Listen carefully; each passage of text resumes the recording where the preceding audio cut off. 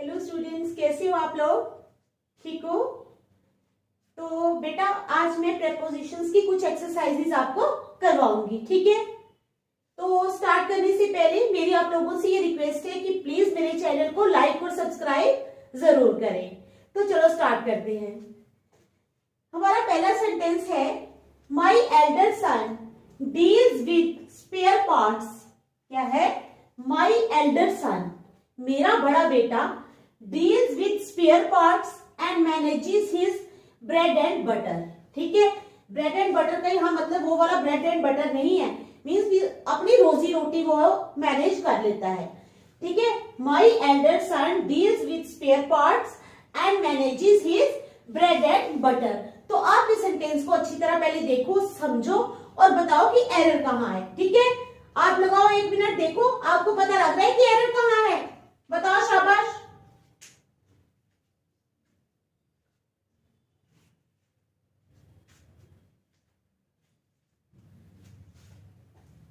My elder son deals with spare parts, मेरा बड़ा बेटा स्पेयर पार्ट्स के साथ डील करता है, and manages his bread and butter, और अपनी रोजी रोटी जो है वो मैनेज कर लेता है। तो क्या ये सेंटेंस करेक्ट है या इनकरेक्ट है, बताओ, शाबाश। देखो बेटा, मैं आपको एक चीज बताना चाहती हूं कि यहां पर लगा हुआ है डील्स विद। डील्स विद जो है ये क्या, यहां पर किसकी बात हो रही है? Spare parts. स्पेयर पार्ट्स क्या है? चीज है। ठीक है, एक चीज, एक कमोडिटी है। तो जब भी हम किसी कमोडिटी के बारे में बात करते हैं तो डील्स के साथ विद नहीं आता, वहां पर क्या आता है? डील्स के साथ इन आता है। विद कब आता है? विद तब आता है जब हम किसी पर्सन की बात करते हैं। यहाँ पर पर्सन की बात नहीं हो रही, वो डील किसके साथ कर रहा है? माई एल्डर सन तो है पर्सन, लेकिन डील किसके साथ कर रहा है? वो डील कर रहा है वो स्पेयर पार्ट्स के साथ, चीजों के साथ डील कर रहा है। अगर वो किसी पर्सन के साथ डील कर रहा होता तो यहाँ पर डील्स विद करेक्ट था, लेकिन यहाँ वो किसके साथ डील कर रहा है? ध्यान से समझो, जो मैं समझा रही हूँ उस चीज को फॉलो करो। My elder son deals with spare parts and manages his bread and butter. यहाँ पर वो स्पेयर पार्ट्स के साथ डील कर रहा है, जो कि चीजें हैं, स्पेयर पार्ट्स, गाड़ियों के स्पेयर पार्ट्स, बाइक्स के स्पेयर पार्ट्स, किसी के भी स्पेयर पार्ट्स हो रहे हैं, हो सकते हैं। ठीक है, तो इसका मतलब कि वो चीजों के साथ डील कर रहा है, तो हमने यहाँ पर डील विद नहीं लगाना है। ये डील विद जो है ये हमारा एरर है यहाँ पर। तो यहाँ पर आएगा my elder son deals in spare parts. क्या आएगा विद की जगह? In. My elder son deals in spare parts and manages his bread and butter. आ गई बात समझ में? दोबारा समझाऊं या आ गई है? My elder son deals with की जगह क्या आएगा? In. My elder son deals in spare parts and manages his bread and butter. Got it? तो चलो नेक्स्ट वाला। स्नेहा वॉज एक्यूज्ड फॉर, क्या है? Sneha was accused for murder of her husband. Murder of her husband, but the court found her not guilty and acquitted her. अब बताओ ये sentence सही है या गलत है? बताओ। Sneha was accused for murder of her husband. Sneha को पहले एक्यूज किया गया, उस पर इल्जाम लगाया गया कि उसने अपने हस्बैंड का मर्डर किया है। ठीक है, बट द कोर्ट फाउंड हर, लेकिन कोर्ट ने क्या किया? कोर्ट ने जब देखा तो उसने देखा कि वो गिल्टी नहीं है, उसने ये मर्डर नहीं किया है। ठीक है, एंड एक्विटेड हर, उसको छोड़ दिया। तो इस सेंटेंस में एरर है कहां? इस पूरे सेंटेंस में अब आप देखो और मुझे बताओ कि इस सेंटेंस में एरर है कहां। ठीक है,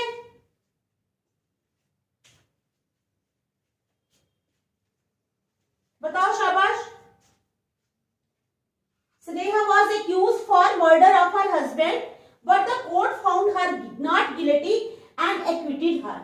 तो बेटा यहाँ पर जो लगा है एक्यूज फॉर, यहाँ पर ये फॉर जो है ये नहीं आएगा। जिस तरह यहाँ विद नहीं आएगा, इस तरह ही यहाँ पर फॉर नहीं आएगा। ठीक है, क्या नहीं आएगा? फॉर। यानी ए वाले में हमारा एरर है। ये इतना पार्ट जो है ये ए वाला पार्ट है ना, तो ए पार्ट में हमारा एरर है, फॉर नहीं आएगा। क्यों? क्योंकि जो वर्ब एक्यूज है ना, उसके साथ, वर्ब एक्यूज के साथ हमेशा ऑफ ही लगता है, फॉर नहीं लगता। समझ आई बात? क्या है? वर्ब एक्यूज के साथ हमेशा हम ऑफ यूज करते हैं, फॉर यूज नहीं करते। तो यहां पर आएगा Sneha was accused of, Sneha was accused of murder of her husband. ठीक है, Sneha was accused of murder of her husband but the court found her not guilty and acquitted her. तो यहां पर प्रेपोजिशन इन लगी पहली बार, दूसरी बार हमने प्रेपोजिशन लगाई ऑफ। कौन सी लगाई? ऑफ, क्योंकि एक्यूज के साथ हमेशा ऑफ यूज होता है। चलो next, my brother finds it difficult to pass away the time at our grandparents house. क्या है? My brother finds it difficult, मेरे भाई को बड़ा मुश्किल लगता है। क्या मुश्किल लगता है? To pass away the time at our grandparents house, हमारे दादा दादी के घर पे समय बिताना। तो क्या ये सेंटेंस करेक्ट है? देखो अच्छी तरह और मुझे बताओ कि है ये करेक्ट या नहीं है। और अगर नहीं है तो एरर हमारा कहाँ एग्जिस्ट करता है। ठीक है, अब तो आपको आना चाहिए निकालना। My brother finds it difficult to pass away the time, तो क्या ये सेंटेंस करेक्ट है? कहां पर एरर है हमारा? हमारा एरर है बी वाले में। ये वाला पार्ट जो है ये बी वाला है, to pass away the time. Pass away जो है ये पास अवे का क्या मतलब होता है? पास अवे मीन्स मर जाना। पास अवे क्या होता है? पास अवे का मीनिंग होता है मर जाना, लेकिन यहाँ पर मरने की बात नहीं कही गई, यहाँ पर वो टाइम की बात कर रहे हैं। तो जब टाइम की बात कर रहे होते हैं तो हमने सिर्फ यहाँ पर पास लगाना है और कोई प्रेपोजिशन नहीं लगानी, अवे को हमने निकाल देना है बाहर। ठीक है, समझ आई बात? My brother finds it difficult to pass the time, मेरे भाई को मुश्किल लगता है समय गुजारना at our grandparents house, हमारे ग्रैंड पेरेंट्स के घर में। My brother finds it difficult to pass the time at our grandparents house. ठीक है, समझ आ गई? चलो नेक्स्ट, हर मदर इज, ठीक है, her mother is angry and indifferent to me. छोटा सा सेंटेंस है लेकिन एरर कहीं ना कहीं है, तो वो आप बताओगे कि एरर कहाँ है। ठीक है, तो चलो बताओ, her mother is angry and indifferent to me. ठीक है, बताओ, शाबाश।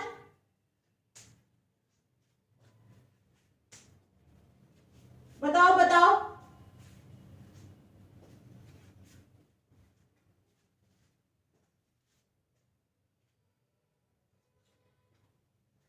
शाबाश, बताओ जल्दी, कहाँ है हमारा एरर?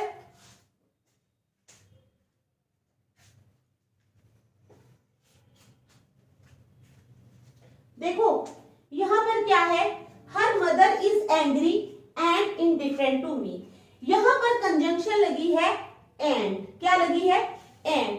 तो जब भी कंजंक्शन एंड या आर के साथ दो वर्ड्स को जोड़ा जाए, जैसे my mother is angry and indifferent to me, angry भी है एंड इनडिफरेंट भी है, दो चीजें बता रहे हैं ना। एंग्री और इनडिफरेंट को किसके साथ जोड़ा है? कंजंक्शन एंड के साथ। देखो अच्छी तरह, माई mother is angry and indifferent, यानी दो वर्ड्स एंग्री और इनडिफरेंट को जोड़ा है किसके साथ? एंड के साथ, कंजंक्शन एंड के साथ। तो जब भी हम दो वर्ड्स को कंजंक्शन एंड के साथ जोड़ते हैं तो एंग्री के बाद आएगा हमारा विद, प्रेपोजिशन आएगी विद। तो यहां पर आएगा her mother is angry with and indifferent to me. ठीक है, समझ आई? Her mother is angry with and indifferent to me. आपको समझ आ गई है?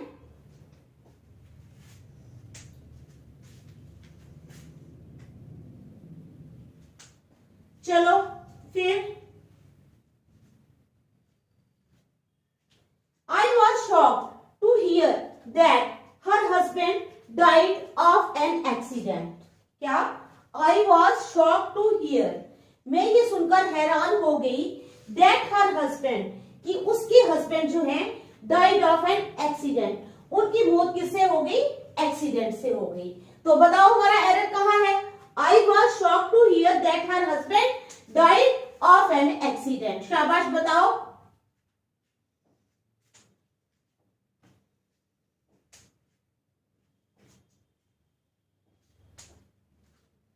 शाबाश, बहुत ही ध्यान से आप लोग सुनना। I was shocked to hear that her husband died of an accident. देखो, जब भी कोई पर्सन डिजीज के साथ मरता है, यानी किसी कोई बीमार होता है काफी लंबे समय से, 6 महीने से, 2 महीने से या साल से, ठीक है, तब उसकी डेथ होती है, तो तब आता है डाइड ऑफ। किसके साथ एक्सीडेंट, किसके साथ डेथ हो, क्या बताया मैंने आप लोगों को? मैंने ये बताया कि जब भी कोई पर्सन बीमार होता है काफी देर से, ठीक है, और उसकी डेथ डिजीज की वजह से होती है, बीमारी की वजह से होती है, तो हम डाइड के साथ क्या यूज करते हैं? ऑफ। डाइड के साथ क्या यूज करते हैं? ऑफ। लेकिन यहां पर वो केस नहीं है। यहां पर क्या है? I was shocked to hear that her husband died of an accident. तो उसके हस्बैंड की डेथ किससे हुई है? एक्सीडेंट के साथ हुई है ना, तो यहां पर ऑफ नहीं लगेगा।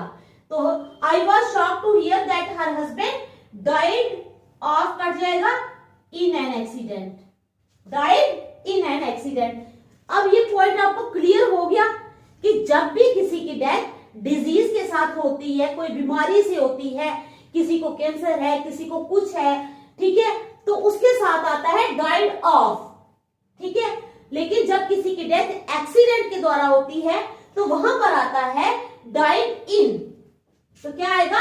आई was shocked to hear that her husband died in an accident. Got it? तो चलो आगे। Next, I was taken with surprise, ठीक है, when I saw the beautiful Taj Mahal. I was taken with surprise when I saw, ध्यान से समझो sentence को। I was taken with surprise, ठीक है, I was taken with surprise when I saw the beautiful Taj Mahal. तो बताओ हमारा एरर कहां पर है? शाबाश, बताओ शाबाश।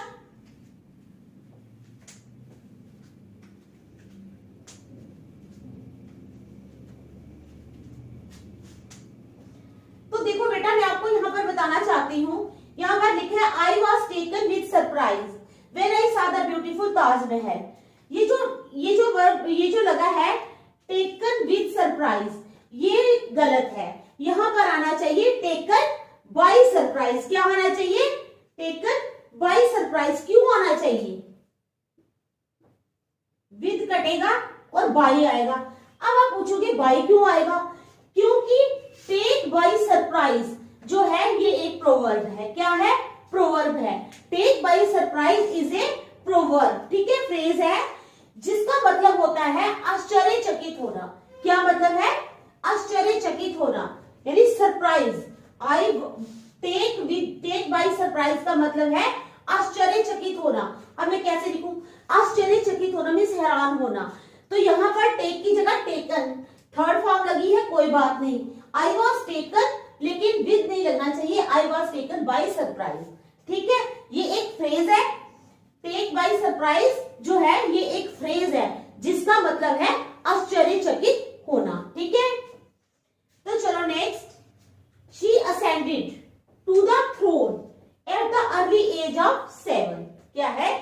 She ascended to the throne at the early age of 7। तो कहां है हमारा एरर? बताओ शाबाश।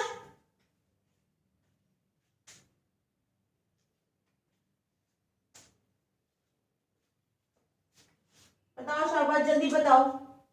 देखो, जिस तरह हमारे पास टेक बाय सरप्राइज जो था ये एक फ्रेज था, ठीक है, था ना एक फ्रेज, टेक बाय सरप्राइज। आप लोगों ने ये हमेशा दिमाग में रखना है कि टेक बाय सरप्राइज एक फ्रेज है जिसका मतलब होता है आश्चर्यचकित होना।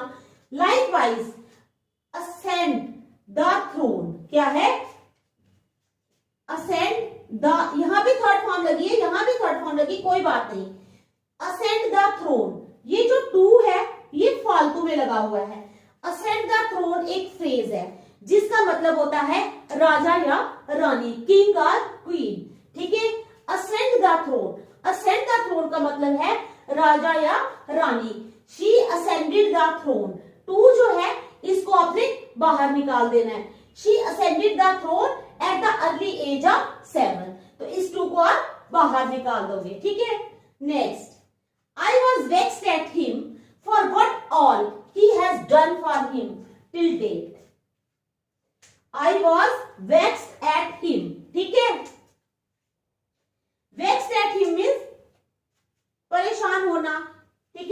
नाराज होना, कुछ भी कह लो। I was vexed at him for what all he has done for him till date, कि आज तक उसने अपने लिए क्या किया। I was vexed at him, ठीक है। तो बताओ कहां है हमारा एरर, बताओ शाबाश।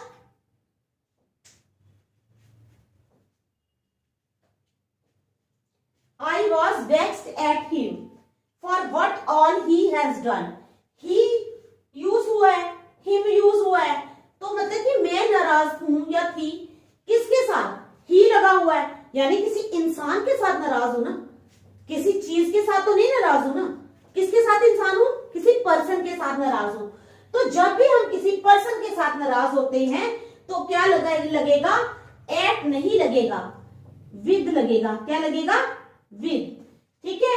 तो जब किसी चीज के साथ नाराज होते हैं या परेशान होते हैं किसी चीज की वजह से, तो लगता है वेक्स्ड एट। लेकिन यहां पर किसी चीज का जिक्र नहीं है, किसी कमोडिटी का जिक्र नहीं है, ठीक है, कि मैं इस बुक को पढ़ पढ़ के परेशान हो गई हूं या किसी चीज को, किसी भी ऐसी चीज का जिक्र नहीं है। यहां पर इंसान का जिक्र है, ही लगाया हुआ है। I was vexed with him, ठीक है, मैं उसके साथ नाराज थी, for what all he has done for him till date. तो याद रखना, इंसान के लिए विद आएगा, किसी चीज के लिए एट आएगा। समझ आ गई बात। तो चलो नेक्स्ट, वाटर वॉज ड्रिपिंग, क्या है, वाटर वॉज ड्रिपिंग। ड्रिपिंग क्या होता है, बूंद बूंद टपकना, ठीक है ना, ड्रिप करना। जैसे कोई बीमार होता है तो उसको ड्रिप लगाई जाती है ग्लूकोज की, ड्रिप ऐसे बूंद बूंद टपकता है ग्लूकोज, ठीक है। तो क्या कह रहे हैं, water was dripping off the trees and the grass was wet. तो बताओ कहां है एरर, बताओ शाबाश।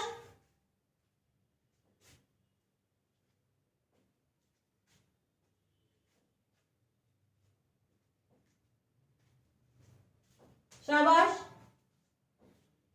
मैंने बताया ना आपको कि ड्रिप का मतलब क्या होता है, बूंद बूंद टपकना, ठीक है। जैसे कि ग्लूकोज लगाते हैं तो वो बूंद बूंद टपकता है। कहां से बोलेंगे, जब हम बात करते हैं हिंदी में तो हम क्या बोलते हैं कि बॉटल में से बूंद बूंद टपक रहा है, बॉटल में से, ठीक है, किसमें से टपक रहा है, बॉटल में से। लाइकवाइज देखो यहां पर, water was dripping off the trees. Hindi में हम बोलेंगे तो क्या बोलेंगे कि पानी कहां से टपक, से पानी पेड़ों से टपक रहा है या था। वाटर वॉज मीन्स था, वाटर वॉज ड्रिपिंग, तो क्या ऑफ लगेगा यहां पर, नहीं लगेगा। तो क्या आएगा, water was dripping from the trees. कहां से, water was dripping from the trees, पानी पेड़ों से टपक रहा था, तो यहां पर आएगा from. Water was dripping from the trees and the grass was wet, ठीक है, और जो नीचे घास थी वो गीली थी। समझ गई।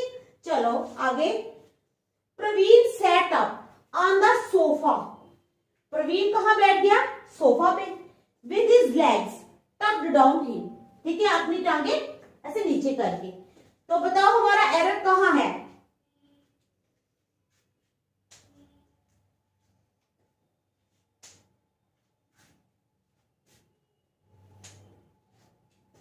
बताओ शाबाश।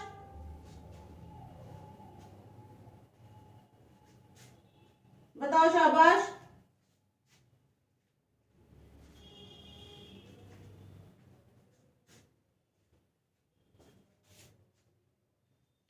Talked down him,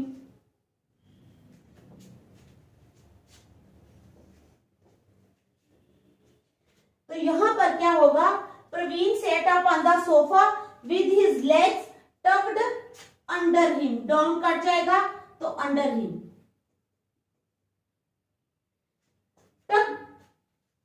tucked under means अपने नीचे, ठीक है।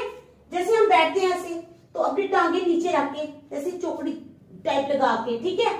तो कहते हैं Praveen set up on the sofa with his legs tucked under him, means अपने किसी बॉडी पार्ट को हम ऐसे छुपा के टाइप रख लेते हैं, उसको बोलते हैं टक्ड अंडर। तो यहाँ पर डाउन की जगह क्या आएगा, tucked under him, tucked under him, ठीक है। चलो नेक्स्ट, एज बेंजामिन रैन, जैसे ही बेंजामिन किसी का नाम है, भागा next the street he wondered, वह हैरान हुआ, व्हाट ही शुड बाय, कि उसको क्या खरीदना चाहिए। तो बताओ यहां पर क्या आएगा?